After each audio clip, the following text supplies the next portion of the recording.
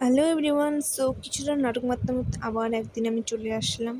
So আজকে আমি রান্নাঘর থেকে ভিডিও স্টার্ট করে একটাই কারণ, আমি হেডফোনে গান শুনতেছিলাম, তো আমার মনে কেন হলো না কেন, চলো ভিডিওটা শুরুই করি।